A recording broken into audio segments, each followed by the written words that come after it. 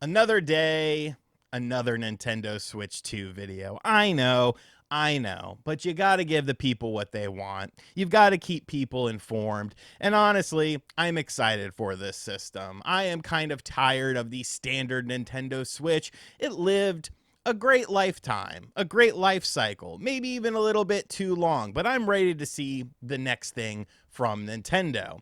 And while there are lots of questions that are surrounding the Nintendo Switch 2, I think the main one that everyone has is software. Now, we've gotten some potential leaks and rumors about software coming to the Nintendo Switch 2, allegedly some very impressive stuff from a technological standpoint, stuff that maybe people didn't expect to see on the platform. But aside from Mario Kart 9, I guess we're calling it, we don't know anything about the software. Now, of course, all of those questions will be answered on April 2nd when we get the full on Nintendo Direct, but companies are already starting to talk about this. It seems like there is a bit of a gag order on whether or not a larger company can confirm if their game is coming to the Nintendo Switch 2. Could be because of timeline restrictions. Nintendo doesn't want someone to say that their game is coming to the Switch 2 and that game happens to be coming out in July, because it would kind of ruin the spoiler essence of when the system was going to come out. But there have been smaller companies that have confirmed their games will be in development for the Switch 2. But now we have a interview taking place with, one of the largest companies in the world, a company that's in a bit of topsy-turvy turmoil, a company that I've been very open about my opinions about because I don't understand the grand scheme of things, but maybe one day I'll be proven wrong. And that is, of course, Xbox. Because good old Slick Philly, who dropped like 100 pounds, like, once again, I hope it's that Ozempic and like he's not like ill or something like that, because that's a pretty large, weight loss thing. I don't know, man. The Ozempic stuff seems like there's side effects to that too. Long term stuff. I'm not a health guy, obviously, but just something to keep an eye on. Hope you're doing well, Slick Philly. I want to go to a strip club with you after a rousing 18 holes of golf. But Phil Spencer did a recent interview with a smaller podcast called Gamer Tag Radio that pretty much was some very interesting conversations between himself and the two hosts of this show. And he said some very enlightening things about really Xbox's relationship with Nintendo and kind of what to expect going forward. And off of the heels of this, we actually had some more games potentially get revealed for the Switch 2 from the perspective of leakers. So in this interview, and obviously, Microsoft's been working with Nintendo, like, Ori, Cuphead, Pentiment, smaller titles, Grounded, nothing groundbreaking or anything like that, no pun intended, but it does seem like that's sort of a restriction of the hardware itself. And if there's the opportunity to put more taxing games onto the system, Xbox is going to take advantage of that. So in this interview, Phil Spencer says that the point of the future of Xbox games was that it does mean even more of our games shipping on more platforms, not just PlayStation. We love the work we do with Nintendo. We love the work we do with Valve on Steam. Our games will show up in more and more places. So, there's quite a few things to take away from that. Now, as far as before we get into that, the leak perspective was that you might remember about a week or so ago, there was a laundry list of games that were allegedly coming to the Nintendo Switch 2, games such as Diablo 4, a lot of first-party Xbox games. Well, now Doom: The Dark Ages is allegedly also on that list. We, of course, got a glimpse of Doom: The Dark Ages for the Xbox Developer Direct that took place a couple of days ago, and it looks great. I do wish that there was multiplayer in it. I'm always going to be a fan of multiplayer in my first-person shooters. I don't understand why having more options is a bad thing, but people say, oh, the developers can focus on this, that, or the other. I guess, it's fine. I'm sure it's still going to be a great game. But adding a game like Doom: The Dark Ages, especially when you look at the PC requirements for this game, once again, kind of shows you that there's got to be some secret sauce within this system.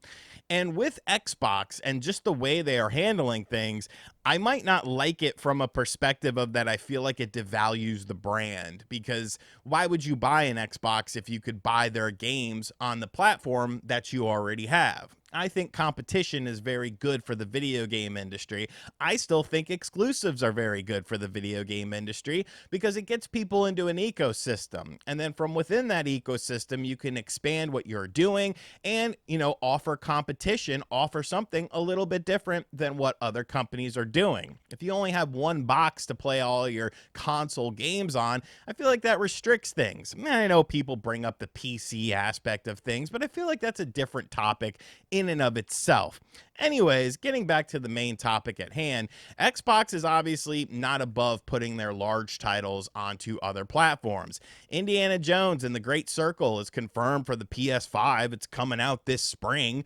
Like, could Indiana Jones end up coming to the Nintendo Switch 2? That's a fantastic game. That was my favorite game of 2024 when it was all said and done, because it really did feel like a more next-gen experience than I've gotten with a lot of other games. I think Xbox has a great lineup of games coming out, in the somewhat near future as well. You have games that have potential like Fable. I need to see more of that. But then you have stuff like Perfect Dark, Gears of War E-Day, games that I'm going to be there on day one for.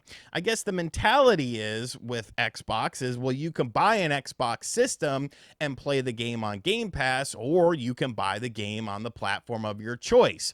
Look at something like Ninja Gaiden Black, or Ninja Gaiden 2 Black, which just came out with a stealth drop during that developer direct. That game released on PlayStation 5 for $50, but if you had Game Pass, it was included in your Game Pass subscription.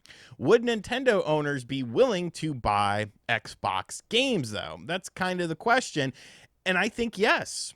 I think they would be, because once again, if you already have the system and there's a game you want to play on it, such as, Doom the Dark Ages, such as Indiana Jones, and that game comes to the Nintendo Switch 2, meaning that you don't have to buy an Xbox system or get Xbox Game Pass or get into their ecosystem. You can stay with the console of your choice.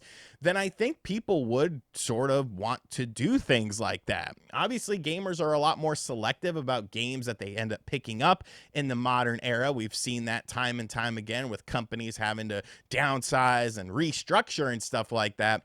But I think the more Xbox games that come to Nintendo, while it might devalue the reason to buy an Xbox, I think they will have a home on the Nintendo Switch 2, even a bit more so than the PlayStation 5. And the reason I say that is because you don't have to worry about Nintendo making a similar game. Nintendo's not going to make a Doom. Nintendo's not going to make, a Perfect Dark anymore, or a Fable style game. So there is a marketplace for that. And it seems like Xbox is wanting to potentially exploit that marketplace on the Nintendo Switch 2, because they don't have to worry about Nintendo themselves making something similar. They can stick out from the crowd when it comes to things like that. So if, Doom the Dark Ages, Indiana Jones, Perfect Dark, Gears of War E-Day, Halo Master Chief Collection, like if all of those games end up on the Nintendo Switch 2, like people are going to play those. People are going to play those because they offer you a different type of experience than you can mostly get on the Nintendo Switch. And I think that's very exciting. If you're a Nintendo fan and you only buy Nintendo systems and stuff like that, having these additional games from Microsoft, because Phil Spencer said that they're putting these games onto the platform, that's an exciting thing. That's something to look forward to. However, if you're a multi-platform owner and, you're looking at the landscape of things, it feels very strange. It feels very different. It feels, honestly, a little bit weird and almost like, why even make consoles? But I know that's a whole topic for another video and people get in their feelings about it. Xbox is the smartest company in the world. Show me the proof. Show me the proof that this is a great idea and this is going to work for them, because I haven't really seen anything that's made me believe that quite yet. Anyways, guys, would you care to play Xbox games on the Nintendo Switch 2? And if so, Remember, if those games are older and you're a diehard Nintendo fan and you said that they were trash in the past, don't be capping for them now. Don't be a big fan of the franchise now because it came to your precious system of choice. I am someone who owns every platform, so I play where I want to play. I buy consoles to buy games so that I could play exclusives on these systems. But hey, I'm kind of a dying breed, evidently.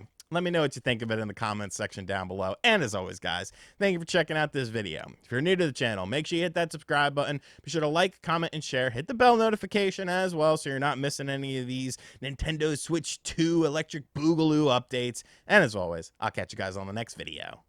Later.